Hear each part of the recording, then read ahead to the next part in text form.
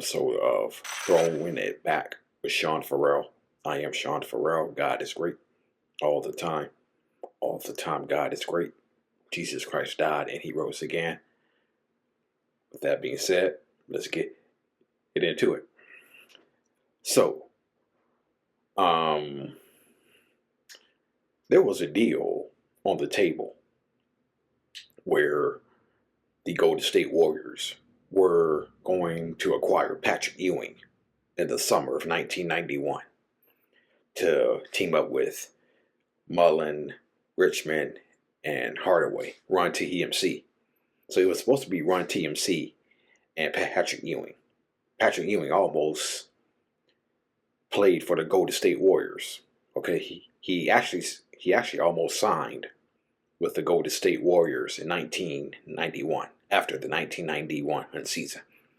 Okay. And this is after Pat Riley was hired as head coach. Okay. And so David Falk was Patrick Ewing's agent. Okay. And ironically, David Falk was the same agent who represented Michael Jordan too. So Patrick Ewing and Michael Jordan shared the same agents, right? So Dave Checketts, who was over the Knicks at that time,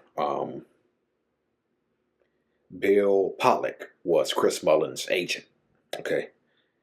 And Bill Pollock said Mullen is from New York. He doesn't want to cooperate. He doesn't want to be the reason Ewing gets to leave the New York Knicks. Checketts said, but he's in this tremendous conflict situation. Okay. So in other words, they wanted to raise Chris Mullen's salary. Okay. The Golden State Warriors wanted to raise Chris Mullen's salary so Ewing could fall out of the top 5 of the highest paid players in the NBA. So if they raise Chris Mullen's salary, then Ewing will fall out of the top 5. And then Patrick Ewing could become a free agent.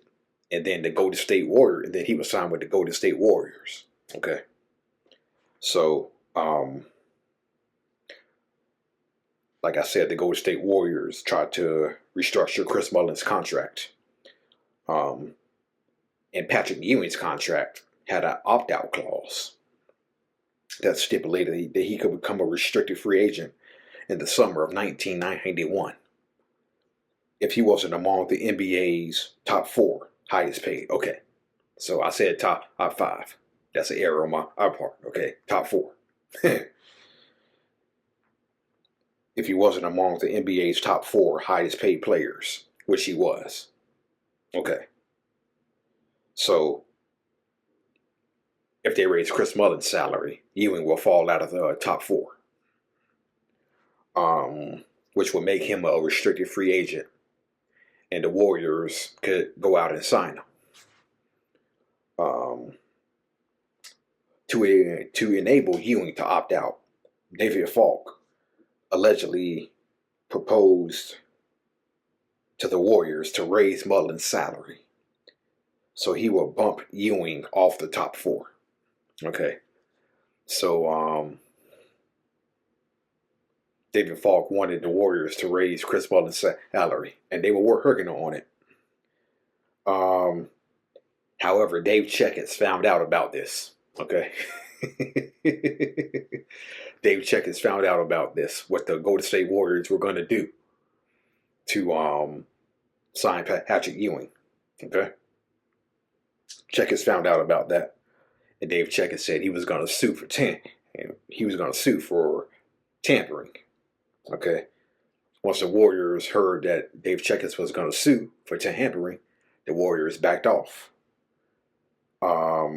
They did not sign off on Mullen's contract. So, Dave Checketts also said if he makes it happen, in other words, if Ewing goes to the Golden State Warriors, you have Run TMC and Ewing, they're winning a bunch of titles, okay? And I think if Patrick Ewing went to the Golden State Warriors, If Patrick Ewing went to the Golden State Warriors after the 1990-91 season, I think today we would know the answer. But could the Warriors have beaten the Bulls? Figuratively, we would be asking that question. Could the Warriors beat the Bulls? Okay, yeah, but if Patrick Ewing goes to the Golden State Warriors, I don't think we hear nothing from Houston, Portland, Phoenix, San Antonio, or Utah. Okay. However, Ewing not going to the Golden State Warriors created Portland, Houston, Utah, San Antonio, no, and little bit later down the road, the Seattle Supersonics. Okay, so 5 Western Conference powerhouses that emerged. Okay, and I think when they traded Mitch Richmond, when the Golden State Warriors mistakenly traded Mitch Richmond to the Sacramento Kings, I think that opened the door for those teams too. Okay.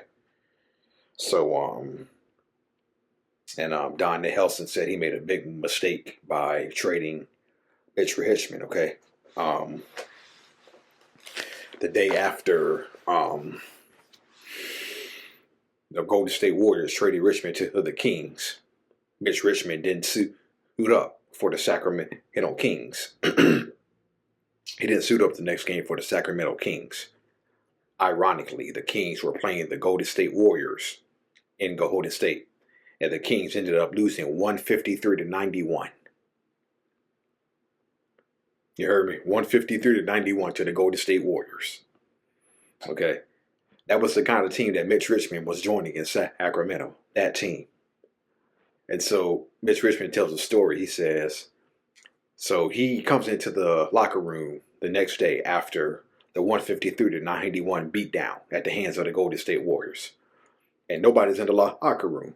And so then Randy Brown, future 3-time NBA champion with the Bulls, who was with the Kings at that time, he walked into the locker room, and I think Mitch Richmond asked Randy Brown, hey, where is it, everybody?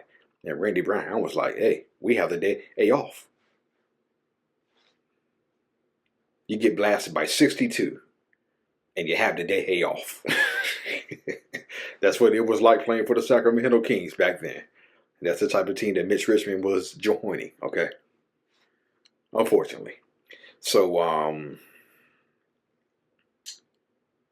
I just mentioned how Dave Checketts was going to sue the Golden State Warriors for tampering. Well, let's fast forward to the summer of 1992, okay, when Harvey Grant was with the Washington Bullets, and Harvey Grant wanted out, okay? Harvey Grant didn't want to play for the Washington Bullets anymore after the 1992 season. And so the Knicks, who had just got finished taking the Bulls to 7 games, they were looking for another scorer, okay, to help out Patrick Ewing, right? And so they learned that Harvey Grant was unhappy in Washington and wanted out, okay? So in the summer of 1992, the New York Knicks, they tendered an offer sheet to Harvey Grant, who was a restricted free agent at that time.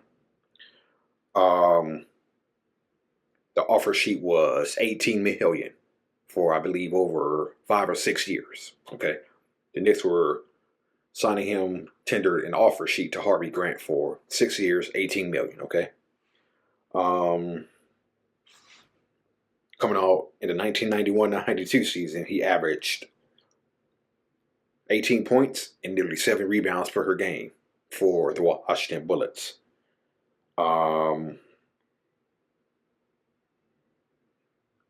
Washington Bullets, of course, had 2 weeks to match their offer. And guess what the Washington Bullets did?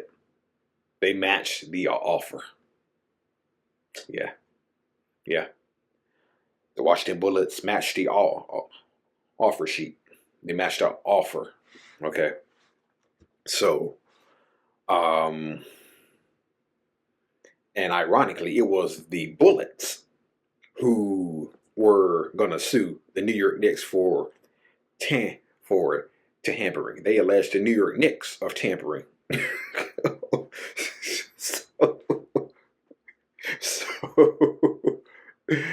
just as Dave Checketts had accused, we're going to sue the Warriors for tampering the offseason before. Now, this offseason, the Washington Bullets were going to sue the Knicks for tampering.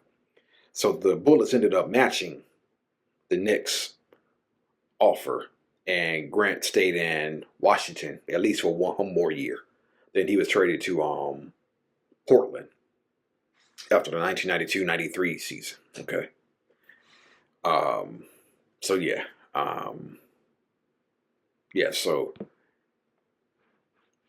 weird times where where the Knicks were going to sue the Warriors for tampering, and the Bullets were going to sue the Knicks for tampering. Okay. So as a result, of missing out on Harvey Grant, they actually traded for Charles Smith and Doc Rivers. Okay.